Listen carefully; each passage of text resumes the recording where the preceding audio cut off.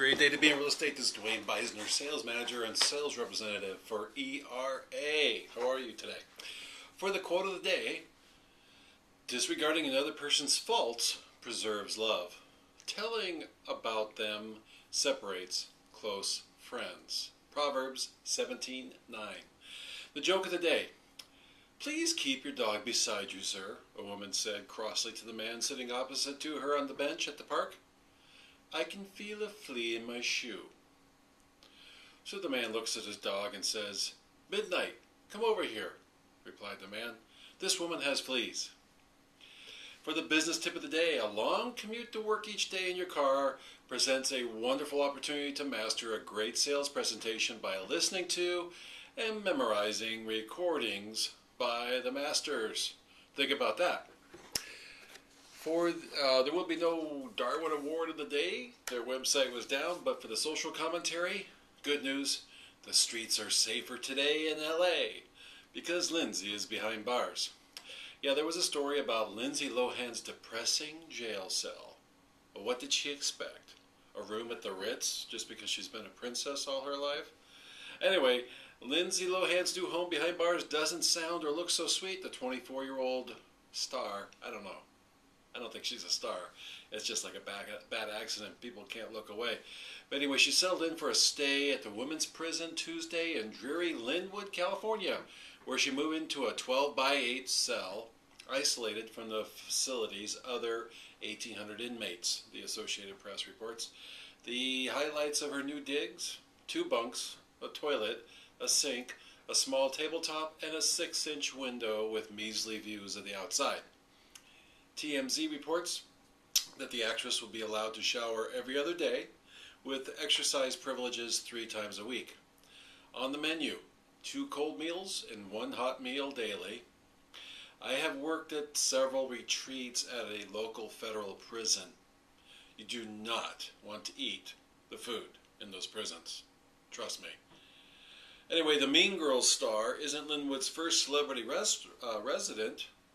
They've also had Paris Hilton, Nicole Richie, Michelle Rodriguez, and Khloe Kardashian. They've all been incarcerated there. Do we see a pattern here with these women? And by the way, what the heck happened to Lindsay Lohan's face? I remember when she used to be in Disney movies and she was a sweet, cute thing. And you look at her face now, it's looking a little haggard. Anyway, for a little more serious news, there was a brief for that was filed for 9 states that backs Arizona's immigration law. States have the authority to enforce immigration laws and protect their borders, said Michigan Attorney General Mike Cox. Good for you, Mike. If I was in Michigan, I'd be voting for you. He said that Wednesday in a legal brief on behalf of 9 states supporting Arizona's immigration law. Cox is one of 5 Republicans running for Michigan governor, and said that Michigan is the lead state backing Arizona in federal court, and is joined by Alabama, Florida, Nebraska, Pennsylvania, South Carolina, North Dakota, Texas, and Virginia, as well as the Northern Mariana Islands. Wow. Does anybody notice anybody missing there? How about California? Probably more impacted than any other state by illegal entry. The Arizona law, set to take effect July 29th, pretty soon, directs officers to question people about their immigration status during the enforcement of other laws such as traffic stops and if there's a reasonable suspicion they're in the U.S. illegally. President Barack Obama's administration recently filed suit, which is totally ludicrous, in federal court to block it, arguing immigration is a federal issue.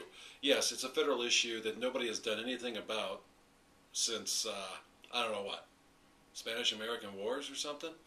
The law's backers say Congress isn't doing anything meaningful, true, about illegal immigration. So it's the state's duty to step up.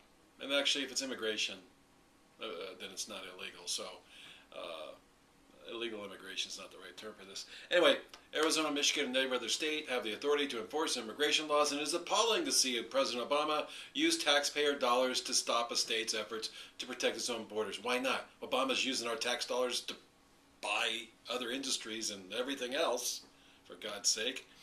Anyway, that's what Cox said in the statement.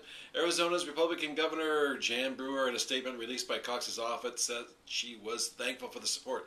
I bet she is. She probably feels like the lone wolf out there lately. In a telephone interview, Cox said the 9 states supporting Arizona represents a lot of states, considering it was only Monday that he asked the other state attorneys to join him. The brief was filed in U.S. District Court in Arizona on the same day as the deadline for such filings. Quote-unquote, by lawsuit rather than by legislation, the federal government seeks to negate its pre-existing power of the states to verify a person's immigration status and similarly seeks to reject the assistance that the states can lawfully provide to the federal government, the brief states. The brief does not represent the first time Cox has clashed with the Obama administration. Earlier this year, he joined with more than a dozen other attorney generals to file a lawsuit challenging the constitutionality of federal health care changes signed into law by a Democratic president. There is nothing that Obama believes in terms of the Constitution. I hope we all get that. Like with his stance on health care, the immigration brief again puts Cox at odds with Democratic Michigan Governor Jennifer Granholm, who can't seek re-election because of term limits, thank God, disagrees with the Arizona law. What a surprise. She's a Democrat. Her press secretary, Liz Boyd, said, and the Michigan primary is less than 3 weeks away on August 3rd. It's a patently political ploy in his quest for Republican nomination for governor, Boyd said. Of course she would say that, but if she was doing it, it would be okay because she's a Democrat. Anyway, real estate news. Rentals are a booming business. Websites like Airbnb, those initials BNB.com, and HomeAway.com and Craigslist are enjoying a surge of listings from homeowners, many of whom admit they are hoping to avoid foreclosure by renting out their properties. Airbnb.com, its full name is Air, Bed, and Breakfast, is the newest of these sites. Since its founding in 2007, it has grown to encompass rentals in 5,700 cities in 148 countries. The company charges 10% to travelers and 3% to the homeowner. HomeAway.com charges homeowners $300 annually to list a property. It is adding 1,500 new properties each month. And of course, we all know Craigslist is free of charge, and it's huge. Okay, now the next piece of news, home builder confidence declines. Wow, what a shocker. The National Association of Home Builders monthly reading of builder confidence declined to 14. That's 14 out of a possible 100. That is like worse than the LA Clippers record. I can't believe it. And that is the lowest level since March 2009. The pause in sales following expiration of the home buyer tax credits is turning out to be longer than anticipated due to the sluggish pace of improvement in the rest of the economy, David Crow, NAHB's chief economist, explained in a statement. The NAHB predicts that business will improve 10% in the second half of the year. I hope they're right. But I do need to say this, as I've always said it. Whether you're looking at new homes or existing homes, this is the best buyer's market that you and I will see in our mortal lifetimes here on Earth. So if you or anybody think about buying or selling, now's the time to do it. Give us a call here at ERA. We have global reach across the world. And if you think about getting into real estate, give me a call. I'd love to talk to you. My website, www.rejedi.com. And hey, this is Duane signing off. Happy trails to you as always. Proud to be an American.